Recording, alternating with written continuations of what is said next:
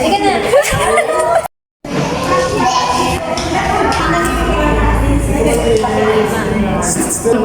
Hindi na tayo kasya. Ba't ganun? Hi, ako nga pala si Yay, dating OFW na taga Cebu. Ngayon ay naninirahan na sa probinsya ng Luzon. Lumipat lang ako ng bahay pero sa probinsya pa rin ako nakatira. Isang ina na may munting pangarap para sa aking pamilya. Tara, samahan niyo ako sa kwento ng aking buhay. Halika na. Smile, guys. Smile na. Halika nga, halika yan. Magandang araw mga ka-blessings. Ngayong araw na to, pictorial nga po pala ni Bulinggit. At syempre, habang hindi pa po nagsisimula ang pictorial, kami muna ng mga kananay ko ang magpipicture at magbibideo. Hindi naman po halatang pinaghandaan po rin po namin tong pictorial na to. At habang hindi pa nga nagsisimula si Bulinggit, ayan, nangungulit na naman. Pagkatapos ng mangulit ni Bulinggit, ito, tinawag na rin siya para mag-pictorial. Una nga nilang pinicturan itong graduation dress niya. Mukhang okay naman si Bulinggit dito. Pagkatapos naman with diploma. Kaso walang ibang ginawa si Bulinggit kundi galawin ang galawin yung diploma. Papatingin na lang yung mga teacher, pati si kuya. Imbis na kasi mabasa yung pangalan sa picture, hindi mabasa at piniyabaliktad naman niya. Tapos nga niyang picture sa graduation dress niya. Ito, gusto niya naman magpa-picture sa upuan. After nga ni Bulinggit, nagpahinga muna tayo dito sa may upuan. Ikitingin na lang tayo sa mga ibang batang pinipicturan. Sexy kong nanay. Sabi sexy ka na talaga. Iba na talaga nagagawa. Ay, sinitin ko. Hindi na tayo kasya. Ba't ganun? At dahil hindi pa naman busy ng mga anak namin sa pictorial, kaya ito, nagpicture-picture muna kami mga kananay ko. Habang nakapila ulit si Bulinggit para sa casual dress naman. Habang waiting kami dito sa mga upuan, nagmamaritis na rin kami.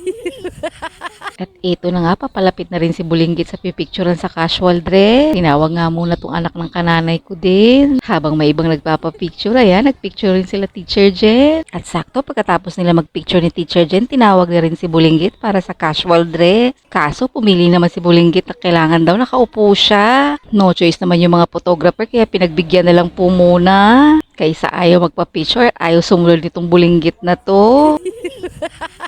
Kitang-kita nyo naman, imbis na sa other side sa pinapaposisyon, dito siya sa kabila gustong humarap. Kaya walang nagawa yung mga photographer kundi sumang-ayon sa kanya.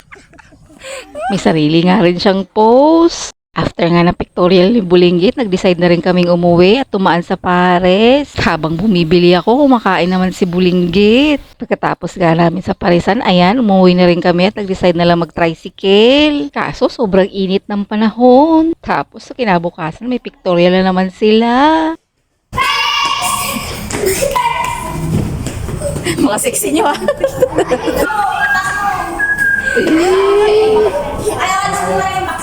At habang hindi pa nga sila pinipicturan, ayan, si Bulinggit nangungulit na naman. Ang cute nga nilang tignan sa suot nila. After nga mangulit ni Bulinggit, ayan, tinawag na rin siya. Kaso may ilalagay palang hairdress. Hindi ko alam kung nabibigitan ba dito si Bulinggit kaya hindi na siya gumagalaw. Ang cute nga ni Bulinggit tignan dito sa hairdress niya. Sinasabihan nga siya ng photographer na ngumiti. Kaso mukhang hirap na hirap si Bulinggit sa hairdress niya at ayaw niya naman ngumiti. Kaya wala rin nagawa yung mga photographer sa kanya. Hindigan mo talaga yung kid smile! Kid smile na! Kira na, Kir! Look at him! Kid smile ah! Sabi ko naman talaga sa inyo, kahit anong pilit ko, hindi mo talaga mapapangiti si Bulinggit. Natutulala pa ata. Pagkatapos ng picture ni Bulinggit, ayan, umupo nga ulit muna tayo dito sa mga kananay ko. Habang busy-busy yung isa kong kananay na pinapahiram yung necklace niya. After nga niya, pinasuot na rin natin si Bulinggit nung ulit ng uniform niya. Habang hindi pa siya tinatawag, ayan, dito muna tayo makikipagmarites sa mga kasama ko. Kaso, madami-dami na rin yun na pagkukwentuhan ng mga to.